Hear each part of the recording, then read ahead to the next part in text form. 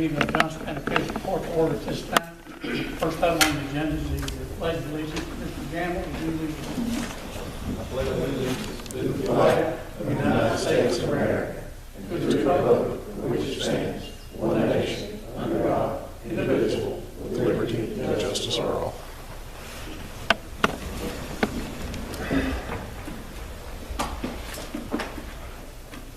Notice we're a little bit short for attendees tonight. Robin is sitting in for the clerk. Her dad is very ill. Our treasurer has had some health problems as well, so we wish them the best and their families the best. We'll try to carry on without them.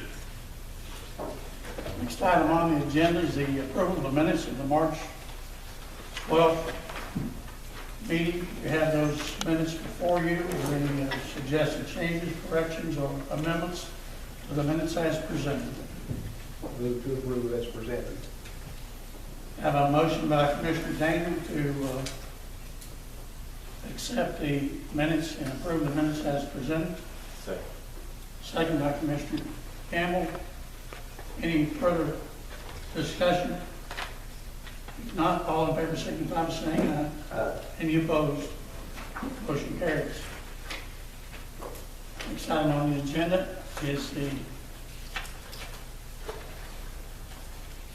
monthly bills. You have a copy of those bills before you.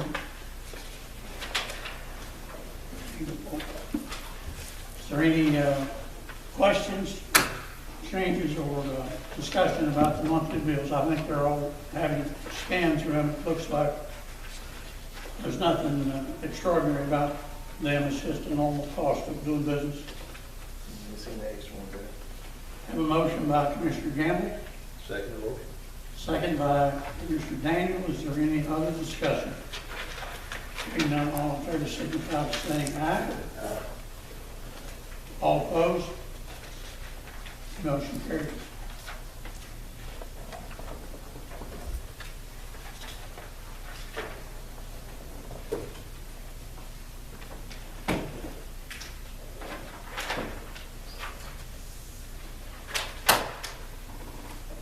Next item are transfers from the fiscal court.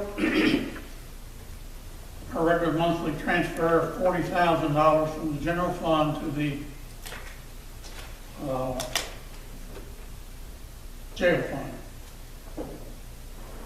I generally make a speech on that, but I'll forego that speech this meeting and pick up maybe twice as much next week or next month. What's the pleasure of the court with regard to the transfer of $40,000 from 4909 to the general fund 4910? Move to make the transfer. Motion by Commissioner Daniel. Second. Second by Commissioner Gamble. Any further discussion? Hearing none, all in favor signify by saying aye. Aye. Any opposed? Motion carries. Next item on the agenda, we have with us this evening a representative with Kentucky Wired, Holly Hopkins Scoville, who's manager of government and residential relations. Holly, you want to introduce yourself to the cameras? Thank you. My name is Holly Hopkins Scoville, and I represent the construction side of the Kentucky Wired project. And I want to give you all an update on what's happening. I typically start by asking who here has heard of the Kentucky Wired project. All right, do hands, so let's talk about it. So what's happening right now with the Kentucky Wired project, as you all know, it was announced in 2015 under Governor Beshear and Congressman Rogers, and re-announced under Governor Bevin and Congressman Rogers in the fall of 2016. During that time, what was happening in our office was the actual laying out of plans for the engineers and putting the project all across the state. Over 90% of this project is going to go on existing poles, and then less than 10% will go underground for this particular project. So that's typically in your cities where we're having to go into buildings. I don't know if you all have any of the state offices in your courthouse, but it will be going into state offices. This is the largest P3 telecom project in the United States. Before this project began, U.S. News and World Report actually did a study. We were listed as 48th in the nation of offering fiber optic cable. 2 weeks ago, we are already at number 36. Once this project is completed, we will be number 4 in the United States in having fiber optic. This project is different than any other project that is out there. And what makes us different, is that half of this will be an open access network. The other half will be maintained by the Commonwealth for office-to-office, government-to-government services. So the offices that we talked about and the state offices, they will get that service. The rest of this is an open access network that is available to anyone to attach to provide fiber to the home options. This is the backbone of the project. This particular strand is 244 strands of fiber. This is the large backbone that is going around for the rings. You all are in ring 1B, which is one of the first ones that will receive the ring being completed. Your completion date at this point is 2019.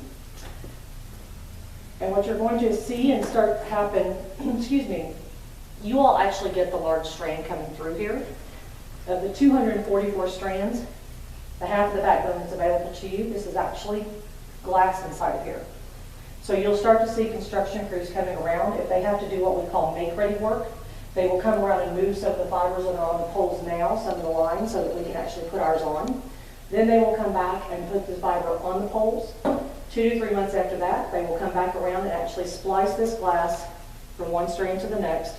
And then when it's all spliced together, what happens is we actually send a light through it, and that's what turns it on. So we call that we're getting lit. Yes, sir. Will you do replacing the wire on the pole? We're not replacing, we're moving. Upgrade, right. What about, what if you have the service underground? Do you place the service underground? Most of the places that we go, over 90% of this project is on poles. So if I have had a couple of instances where they had moved that underground, we do go underground for that. When we go underground, especially if we're in a city, all of our construction crews, no matter if they're working above ground or underground, are required to repair everything as was. We take before and after pictures. So for example, if you all have a broken sidewalk and the sidewalk comes back, we don't give you a new sidewalk, we actually repair as was. That's the deal with the contractors. So there is some underground. We are part of the 811 system. So and all of our poles have an 800 number on them. Those actually all come back to me. Where are you working currently? We have about 15 crews out currently. By summer, we should have 150 across the state.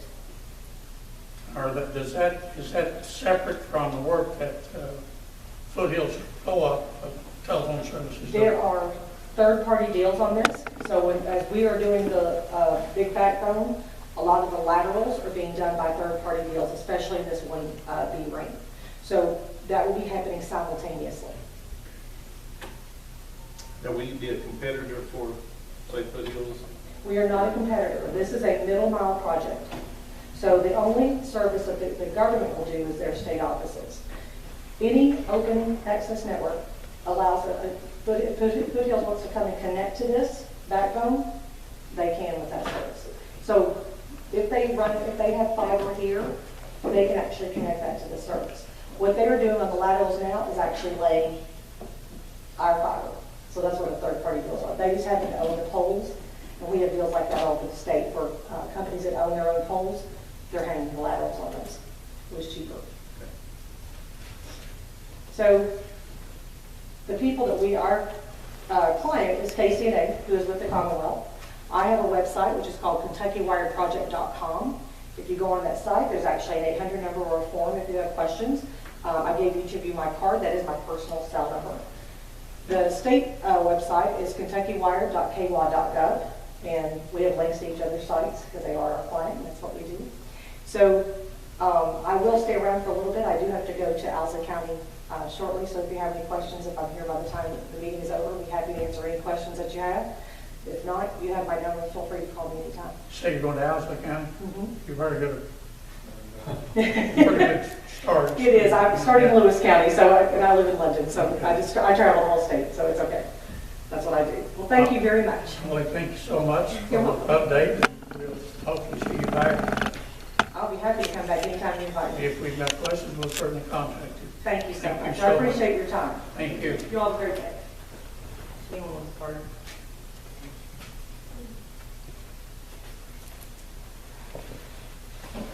Next item is the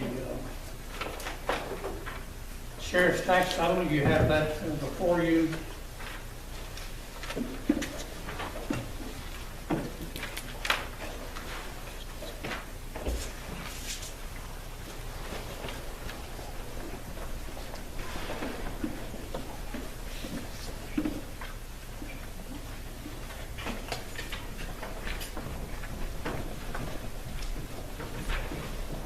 It looks like, from everything I see here, there's only one comment on the sheriff's audit. That says the sheriff's office lacks adequate segregation of duties. And that's probably a finding you're going to see on 99% of the audits that are out there. They're saying, well, you've got too few people looking after your tax money. If you got money coming in, the same person that's taking the money in should not be the one that's recording it necessarily or taking it to the bank, making deposits. It's a matter of how that money is handled. Well, you know, that's all well and good if you're talking about a major company or with lots of employees in a county, then you can do that. If you're like most local county governments or sheriff's offices, it's pretty hard to have one individual not gravitate over into another area that the auditor would like to see you stay away from. It doesn't mean there's anything wrong at all. It's just that I think when they come in and they do an audit and they charge you 18 or 20 grand, but they got to put something down there. They spend an awful lot of time in your office looking for something. So I don't know for a fact, but I'd say that's a pretty good explanation of what's happened here. It certainly doesn't change the numbers any at all.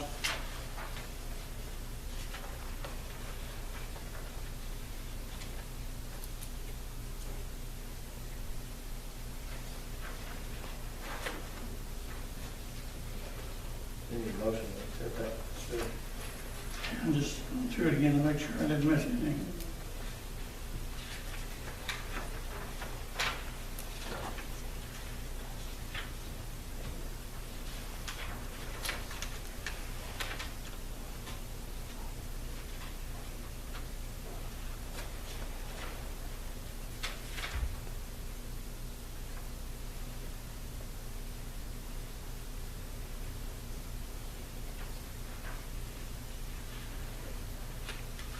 And the sheriff's response here over on page 15 of that audit says what I thought that he probably would say. Sheriff's response: we do not generate enough funds to hire proper staffing to segregate all duties. We will try to segregate the duties with the staff we have, and the sheriff will look over deposits and daily check our sheets for approval. Check out sheets for approval. So essentially, he's trying to add some additional oversight on that.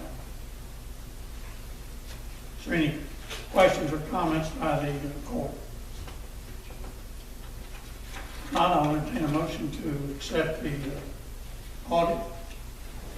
Make that motion. Have a motion by Commissioner Gamble. Second.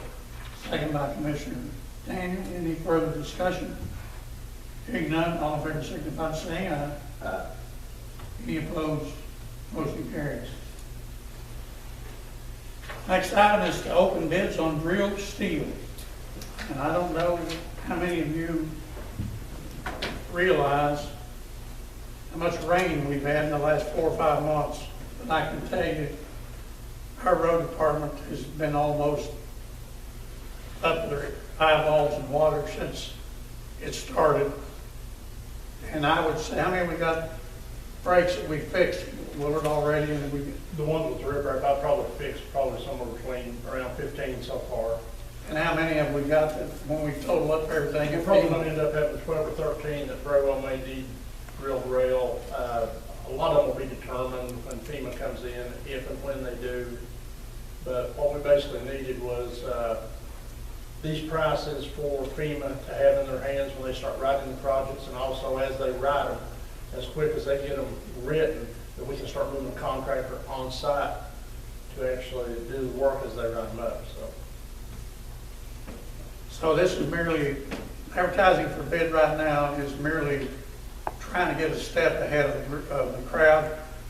If FEMA comes in and you're ready to go, and you've got up-to-date quotes, then you kind of go to the head of the line. And we've been trying to do this for the last several years, and we've been very successful in doing it. And all he's looking for tonight is to go ahead and advertise for bids in the event that FEMA comes in, and we've been led to believe now for the last week that something is imminent, that they're about ready to make a filing. I don't know why it's taking so long.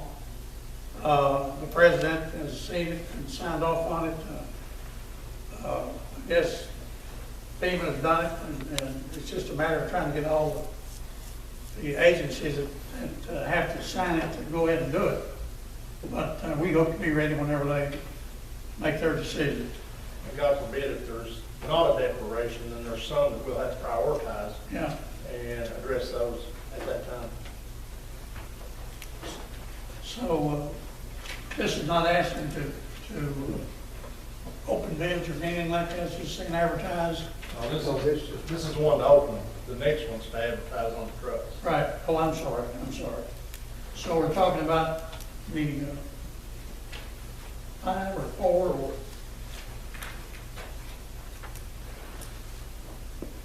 that code.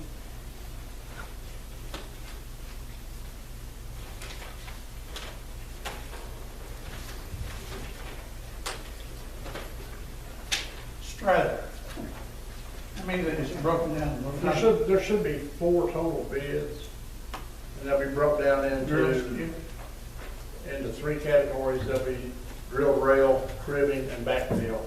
Then they'll have to be, after you all open them tonight and make it public, then we'll have to evaluate them against the estimates to see which bids play into place.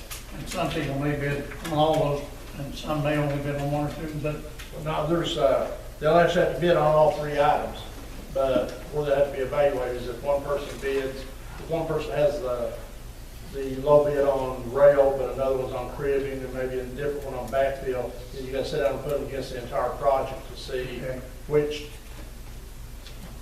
bidder has the overall lowest price when you start addressing the breaks. okay, all you got.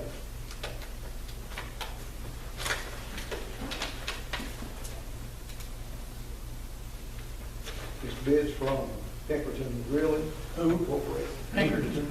Hattiesburg, Kentucky.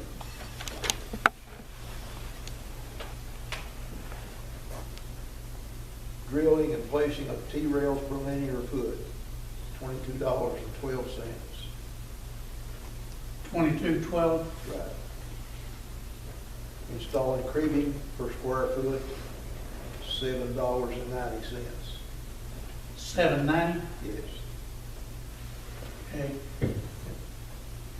Backfill per cubic feet, $33. Cubic feet or cubic yards? Says cubic feet. Well, it's supposed to be cubic yards. The girl was messed up. That's what we asked for was cubic yards.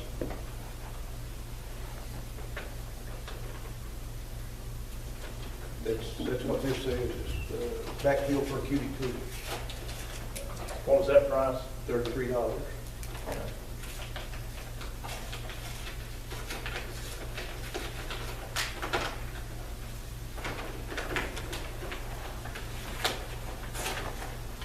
Okay, well, if there's an issue here, we could accept these contingent upon his review and approval, you know, like, We have in the past. yeah, so if there's something you're thinking about while going through these, Right. We have to look over every bid, make sure they meet all the requirements that we ran. right. Okay, Derek, what do you do? NACO Incorporated, Stanville, Kentucky, railroad piles, linear foot is $22. $7.50. And classified 65, backfill, cubic yard is $35. How much? 35 even. Okay.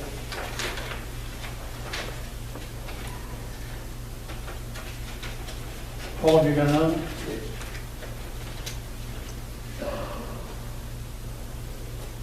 This is from Hinkle Environmental Services, Can you spell it?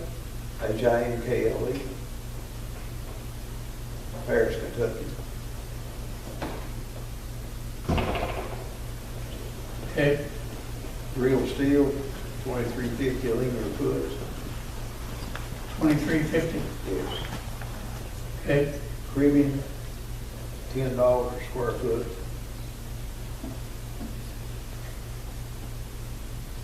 Okay. Evacuation and backfill, $45.50 a cubic yard. $45.50. Yes. Okay. Earl, you got one more? Yeah, this is from Chris Isaac out of Satterfield, Kentucky. Linear foot for railroad drill is $19.47. Steel is 1947. Square feet, guardrail panel, cribbing, square foot is $5.47. Fine. $5.47. Okay. And the cubic yards for classified backfill, $22. And it's got something here on the bottom.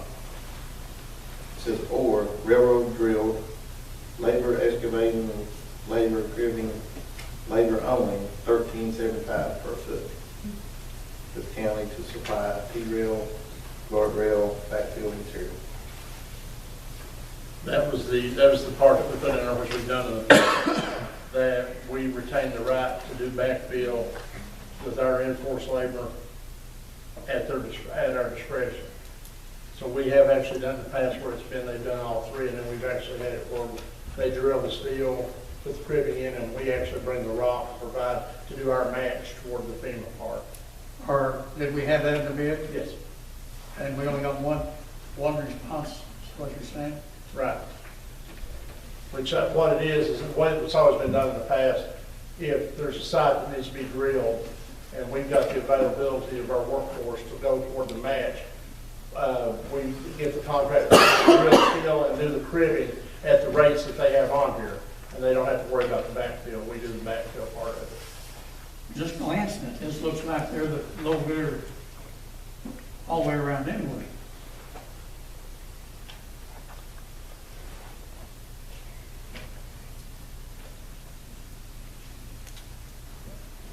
Yeah.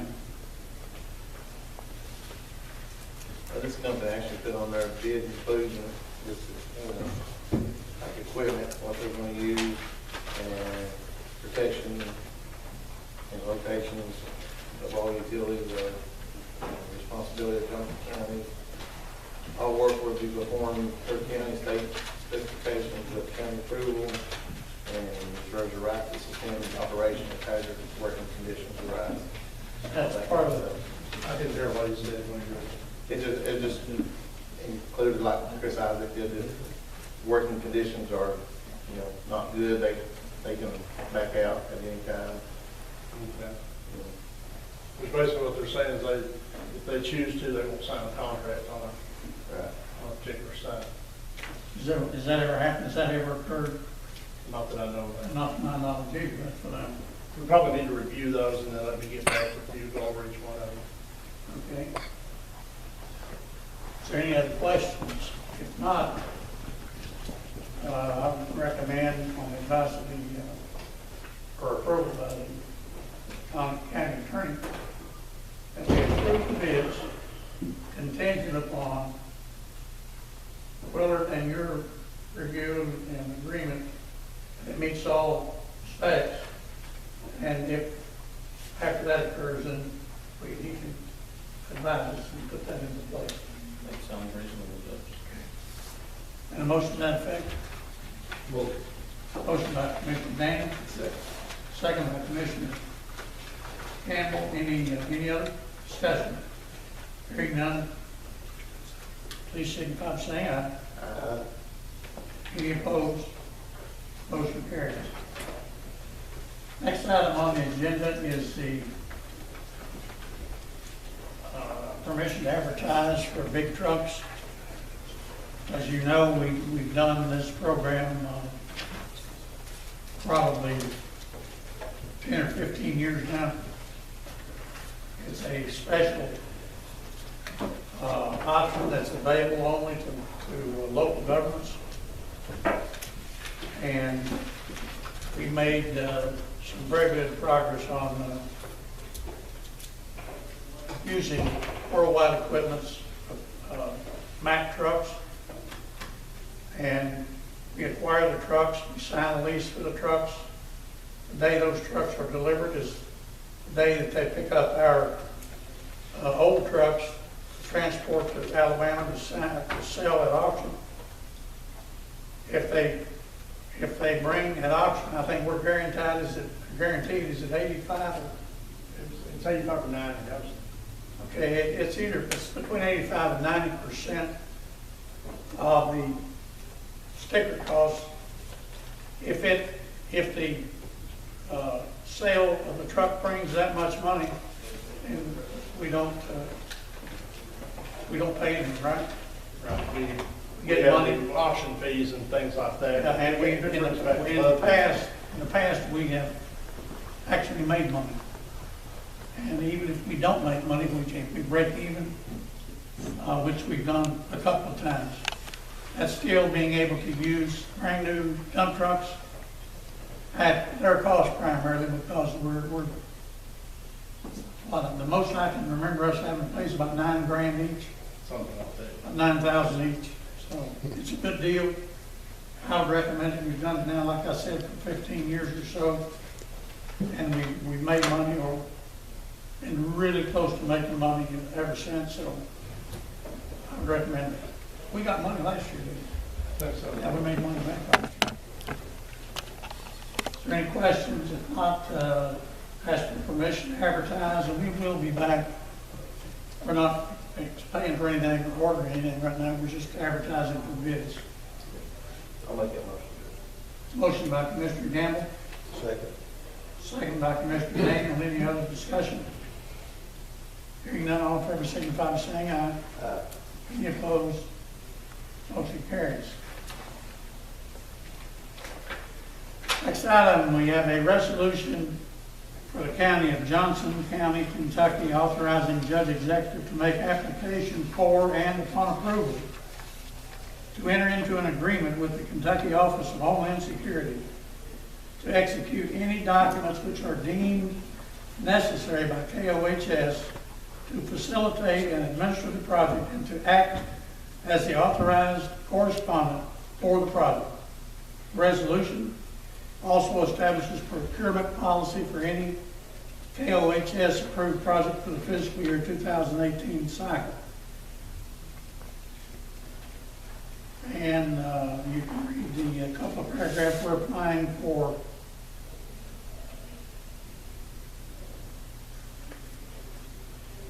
Do we have an exact number yet? Harry, you or Regina? Judge, will be probably a total of 3 applications. 2 of them will be for outdoor warning sirens to be added here in Johnson County.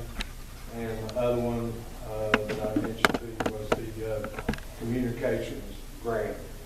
We need to start looking at upgrading all of our communications, but, you know, kind of price tag that's on that, we're going to have to take it in phases. Be too many bucks to ask for at one time. So what we're proposing there is for the fiscal court to be the lead agency on the communications grant. And the communications grant, we feel like needs to be focused on law enforcement. So the grant would come from for Johnson County Sheriff's Office and City Police. We've done those applications in the past and have had real good luck in getting them funded. Homeland Security and State Homeland Security likes to see hardening agencies within county government to do that. So that's what we wanted to ask the court to approve that resolution so we can, work on these applications and get them submitted. And your idea is, assume on the sirens, is trying to link those things as best you can to keep migrating out into the county to hopefully. Right. And what we will look at before we make a final decision, we want to be able to get those sirens in heavily populated areas and then keep building out. Yeah. Okay, so that's our plans at this point. So we'll make those determinations on the location, and I'll bring that information to the court for your own approval. Okay, so you guys have any comments, questions about what the resolution is for? Not need a motion. Authorize me to sign this resolution and any documents which are deemed necessary by Kentucky Office of Homeland Security to facilitate and administer the project, to act as the authorized correspondent for the project. So moved.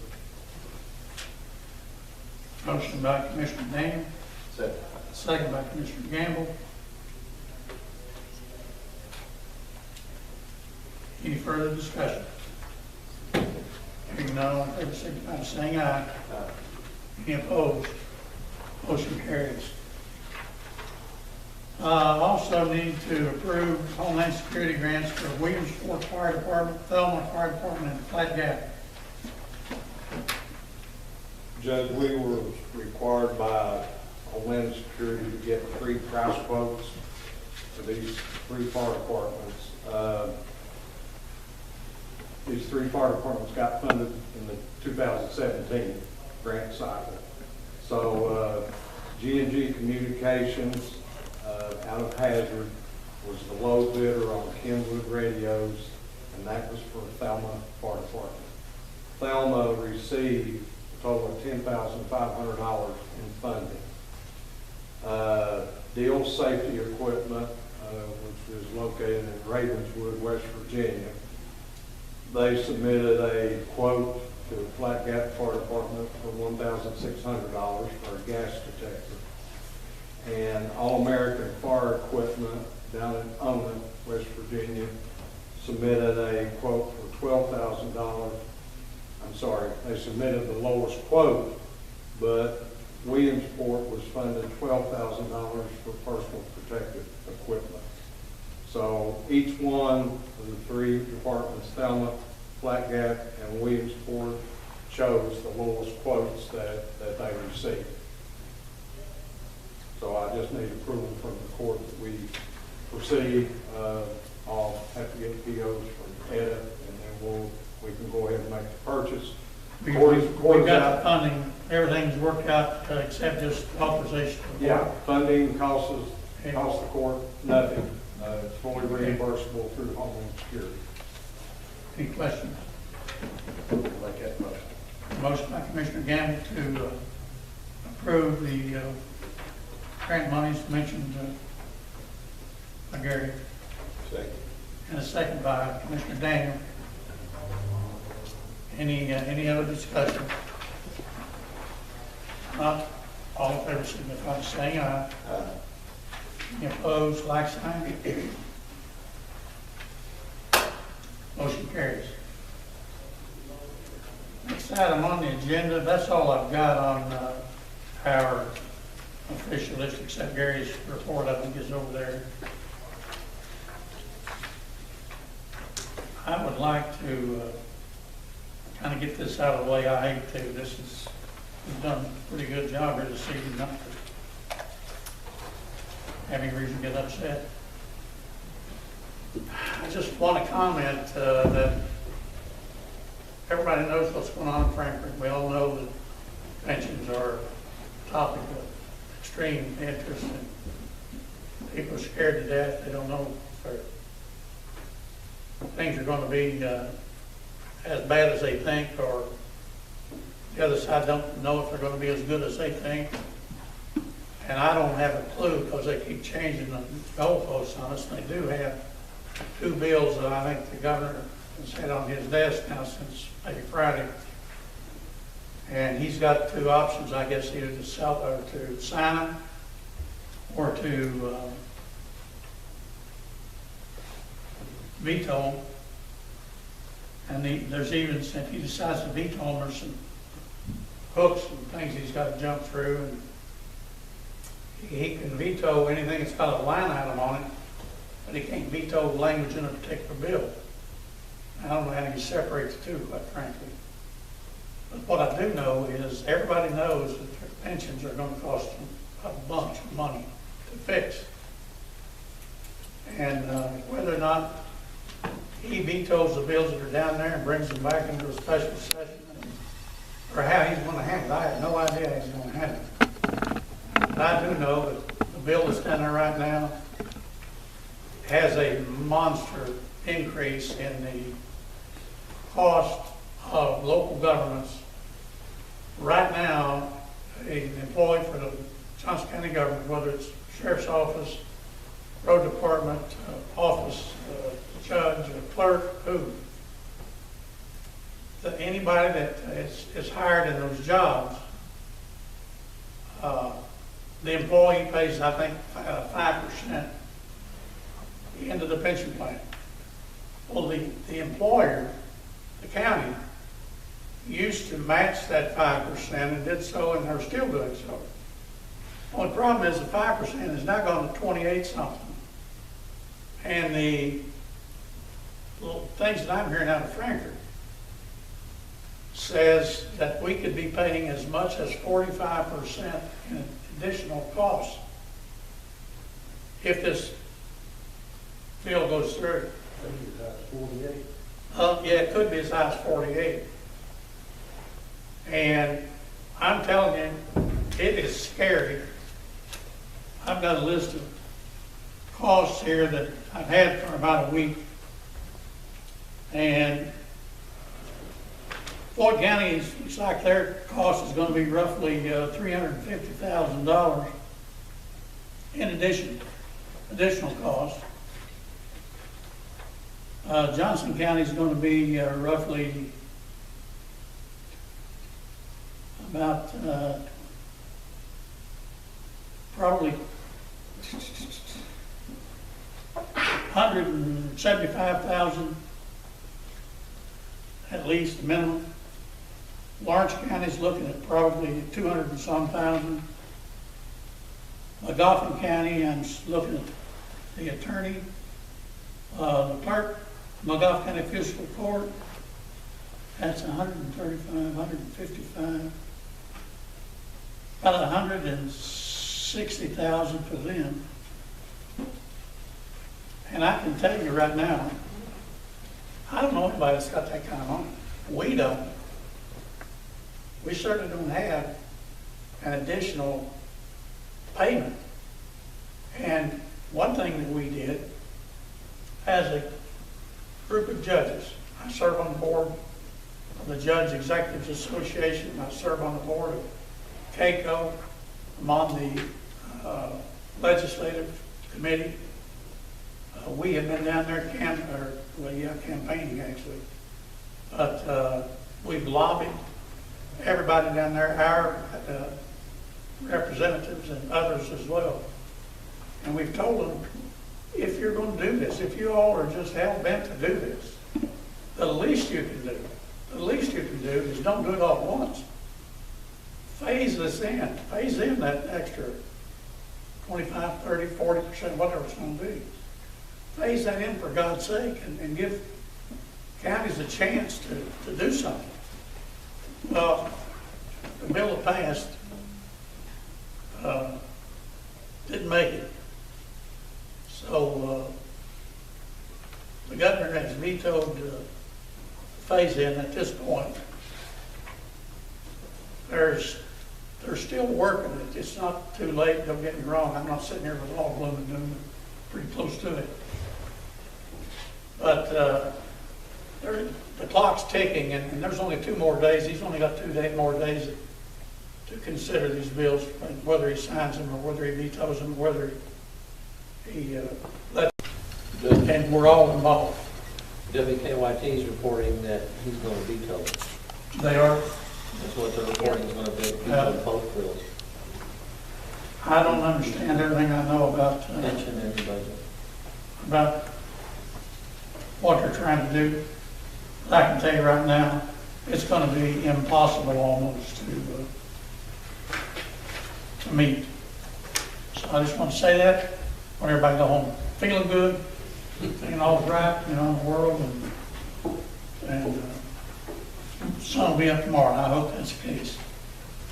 You know, the Bachelor Commissioner Association did the same thing. Yeah, we have, At our yeah. last conference, we had a time period set there to contact all our Senate and legislators, and we flooded them with phone calls, and they get to the point where they asked us to quit calling.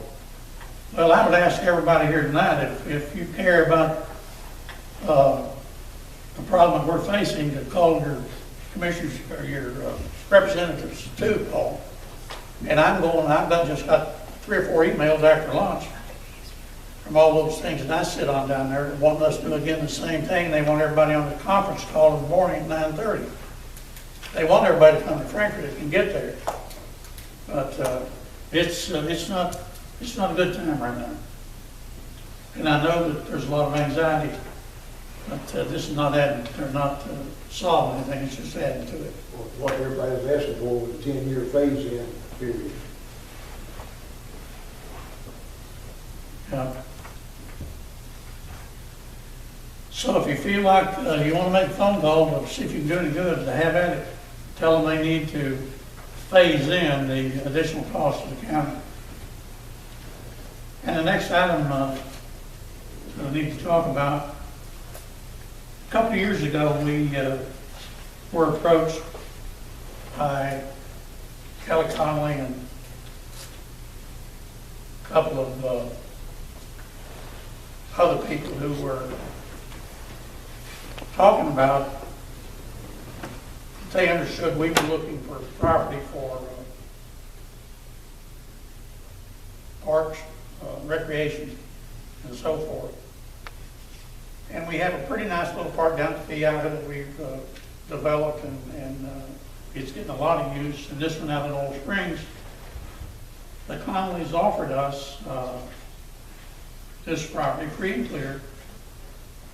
And the only thing that they said was to the Connollys was, the only thing we said, other than thank you so much, we appreciate it. We said if we don't use all this property as a park, then it will revert back to you. The part that we didn't use would revert back to you. Well, that's essentially what we've done. We've got a piece of property out there, a small strip of property out there that Mac's been involved in with them. We've got a contract or a deed asking that if we're not using it for that purpose, that we sign it back to them. Mike has reviewed the deed. Everything seems to be in order, is that right, Mike? It does. So I'm recommending that we do what we said we would do. They gave it to us. We still have what they gave to us, and we still use that. But the part that we haven't used, they have asked if it would revert back to them and us sign for it, and that's what I'm asking that you let me do. That's right beside the old shop building out there, right next to the gymnasium, isn't it? Yeah, roughly. From the, everybody can walk back over that way. It's not a very big piece, but Yeah. So what's the pleasure of the court? I'll make that motion. Motion by Commissioner Gamble. Second. Paul has a second. Is there any discussion? Hearing none, all in favor signify by saying aye. Any opposed? Motion carries. And we do thank the Connollys for the property that we are using, and we thank him so much for their generosity. Yes, Mike.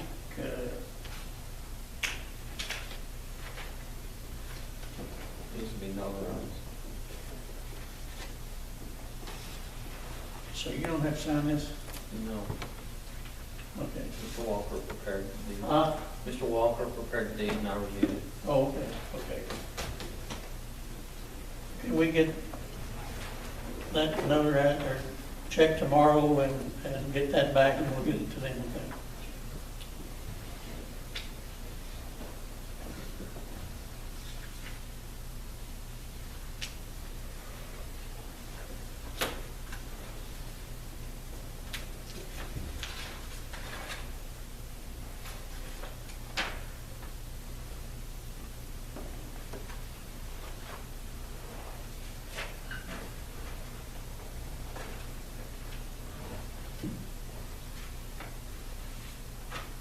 Harry, have I got all of those, did I miss one of those resolutions you had? Crap, did I get everything? Yeah. Okay. Just one resolution for it covers the Covers all project. of it. Oh, that's fine. Okay, I guess that's all I have on my agenda.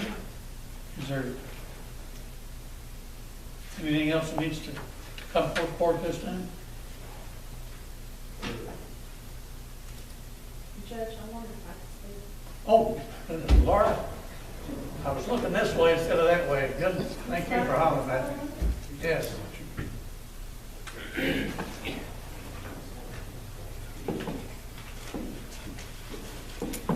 I think you all recognize Laura Pack. She's head of the Trail Town Commission that we've got here.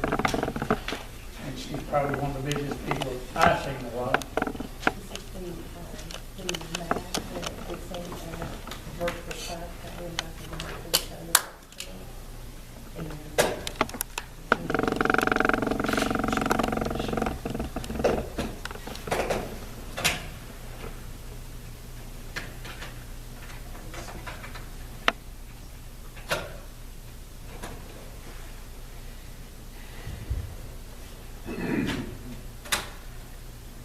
Okay.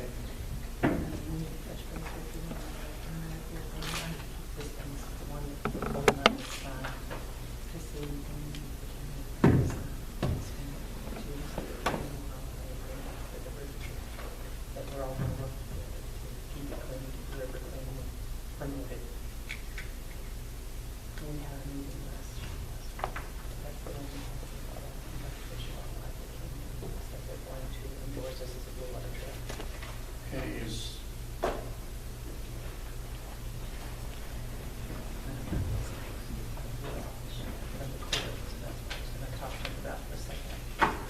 and there's nothing, no cost or anything involved? No, sir, there's no cost. Okay. Would you step back and Sure. explain to them what that is?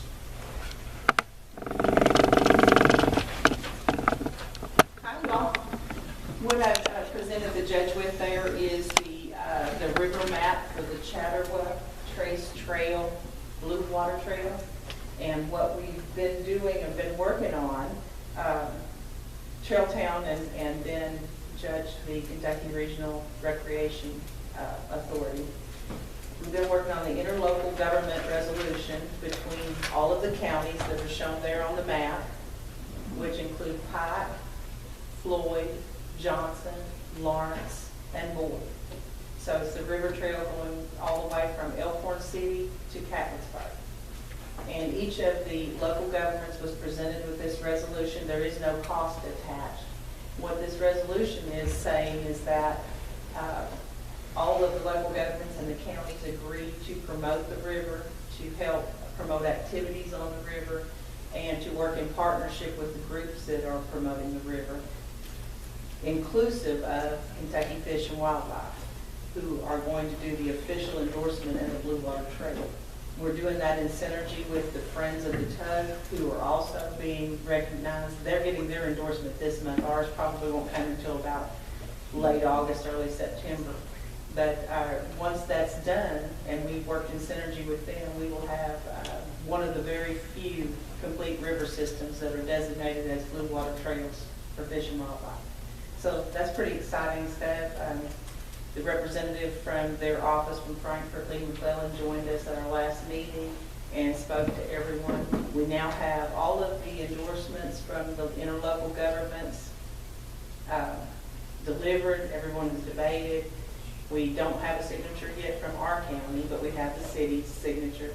And we don't have the endorsement for Prestonsburg City, but we have the county's endorsements up and down the river. So that's what, I can get a copy to each of you. I've emailed this to you, Judge, I think you have it in the email. But that's what we've been working on in regards to the Kentucky Mountain Regional Recreation Authority and the river. Then we've also been working with what is called the Heart of the Dragon. That's a motorcycle trail that takes in the entire eastern part of Kentucky. And it's modeled after the tail of the dragon and the back of the dragon. We now have the Secretary of State's approval with the name, and we have endorsement from 22 counties to work on that trail, and 4 motorcycle and Jeep dealership, professional dealers, people that sponsor these kinds of trails. The significance of that is that those trails in Virginia and Tennessee and North Carolina are multi-million-dollar investments, and they have great returns. They have never seen a loss since their inception, and we're hoping that the same will be true here. The trail is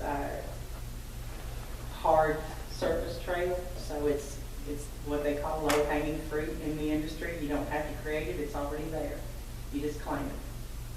So we have the first Jeep event coming up, and it's called the Johnson County Jeep Jam. There's a lot to spit out, but that's with our local, working in partnership with our local Jeep Club. Those are extremely good revenue events. The one in Tennessee that we've modeled this event after has upwards of 2,000 attendees, 2,000 folks that bring their wallets. I've seen TV spots of those people doing their thing, and it's amazing how many people show up. And every kind of Jeep known to mankind, I guess. And it's a good family, it's a family event. In Johnson County, what would the route be? They're actually going to incorporate their poker run that they do to raise money for Kentucky State Police children's camps.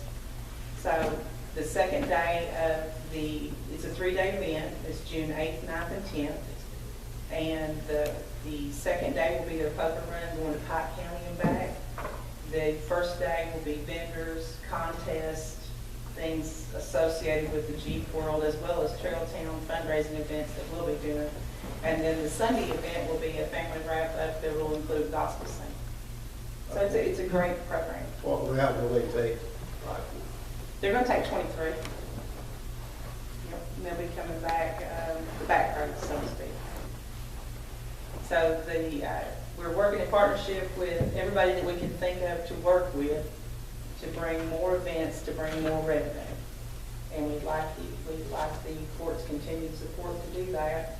We realize that funds are tight, and we realize it better than anybody because most of what we do comes out of our own pockets. We're volunteers. So that is not lost on us for an instant. And just appreciate your continued support. We have this coming weekend, we have the Tidy the Trail event on the Dawkins.